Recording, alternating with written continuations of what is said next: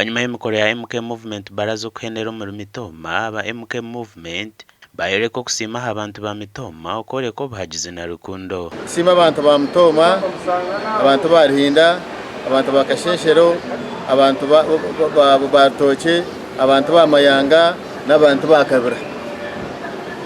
Abo support na rukundo imayo kibirabe na mushanju. Kandi ntusima Deputy Speaker wa Parliament Right Honorable Thomas Tayebwa ahabo kuija akatubera umugeni mukuru. Ntusima General Kare Kayihura abo kuija akatuberaho. General Mujoni ba MPs beshweke kintu basime munonga.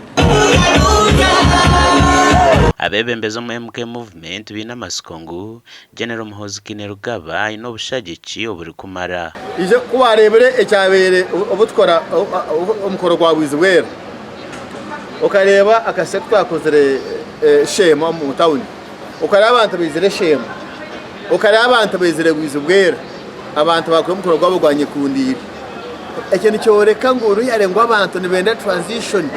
Tunaganira abanya Mitooma ngo twenda tugaruke itwarigire umukubona bona umubembezi bwa ngamba nyinka twenda kubuhikaho nguko kuri amashanyarazi amini grid gargaho immediate generatezaho haguma amashanyarazi already nkore ya terostam kigezi eterostam toro ekataho stam banywana banje abanyoro bakataho stam banywana banje abatese bakataho stam abafusaga batero ensiyo na regional zone za stampingire ubugeno mozgerera gaba niwo president orukrataho general yeboreka gutama 7 barwanyi yaheza kuma.